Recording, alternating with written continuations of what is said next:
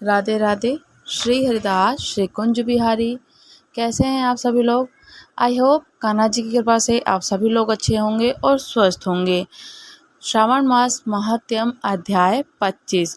भगवान शंकर जी ने सनत कुमार से कहा कि श्रावण के महीने में अमावस्या के दिन जो करना चाहिए वो आपसे मैं प्रसंग पूर्वक और विस्तार पूर्वक से कहता हूँ, तो आप उसे सुनिए।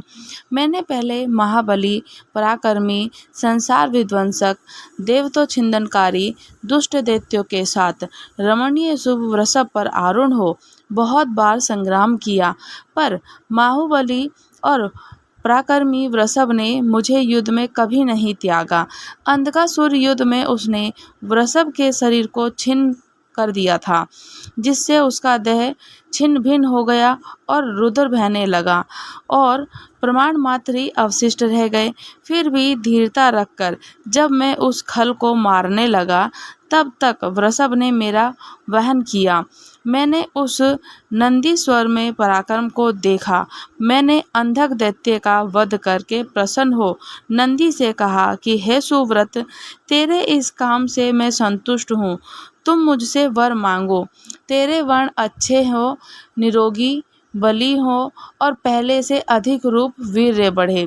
तुम जो जो वर मांगो उसे मैं निश्चय ही दूंगा।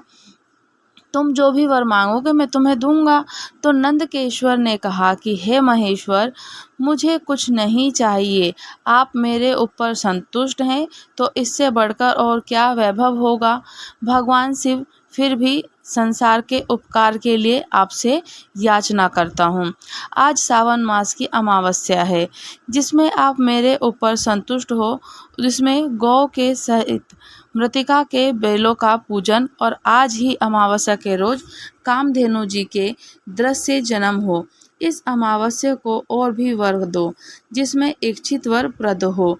भक्ति के द्वारा प्रत्यक्ष गौ और बेल का जो पूजन करे, गेरू आदि धातुओं से उनके देह की विशुभूत कर सिंगों से सोने चांदी का पट्टा आदि लगाकर विभूषित कर दे, तो चांदी के उसको वस्त्र लगाए और पहनाए।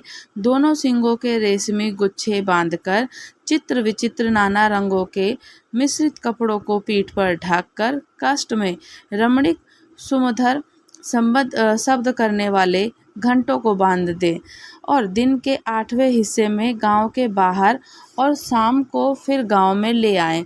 खली, बिनोले और आदि के नैवेद्यों के तरह तरह के अन्नों को संपूर्ण करें और जो निरंतर उसे यहाँ गौधन की वृद्धि होती रहेगी। मैंने उससे कहा कि हे सुव्रत, तुमने जो कुछ मांगा वह सब कुछ तुमको मिलेगा। और मैं हे नंदिन सुनो, जो बैल आज के दिन काम में ना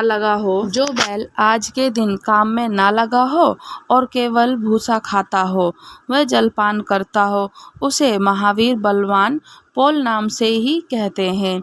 हे नंदिन, उसी नाम के द्वारा आज का दिन भी पोल नाम से होगा। अब मैं तुम्हें कुश ग्रहण विधि कहूँगा। श्रावण अमावस्या के दिन स्नान आदि करके पवित्र होकर कुशों उत्पादन करें और वह कुश बार बार प्रयोग करने से भी शुद्ध रहता है। कुश, काश, भव, दुर्वा, खस, कुंदुक, गेहूँ, चावल, मूंज और घास ये यश कुशा के भेद हैं।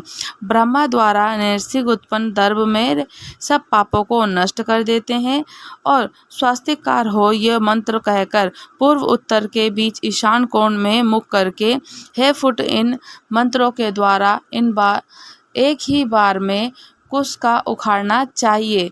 जिन कुशों के अग्रभाग हों, सूखे ना हो, ऐसे हरे रंग के कुश देव कार्य और जनपादी कर्म में जड़ रहित कुशा का प्रत्येक कार्यों में रखने चाहिए। देव कार्य के लिए तृप्त और पितृ कार्य के लिए 7 पत्र के कुश उत्तम कहे गए हैं। मध्य पत्र ना हो तो ऐसे उग्र भाग के सहित आदेश प्रमाण कुश पवित्रता के साथ बताए गए हैं। और ब्राह्मण के लिए 4 कुश का पवित्रा, क्षत्रिय आदि के लिए कर्म से एक एक कुश न्यून कर देना चाहिए। मैंने तुमको ये धारण योग्य पवित्रता बतलाया।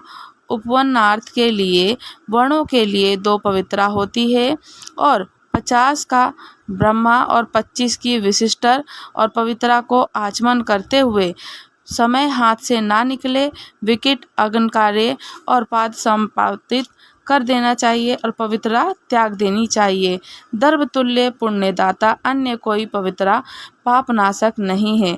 जितने देव और पितृ कार्य हैं वह सब दर्भाधीन और अमावस्या के दिन ऐसे दर्भों को स्वीकार करना चाहिए। वह दर्भ कभी बासी नहीं होते। इससे अधिक मैं श्रावण मास की अमावस्या का महात्म्य और क्या कह सकता हूँ।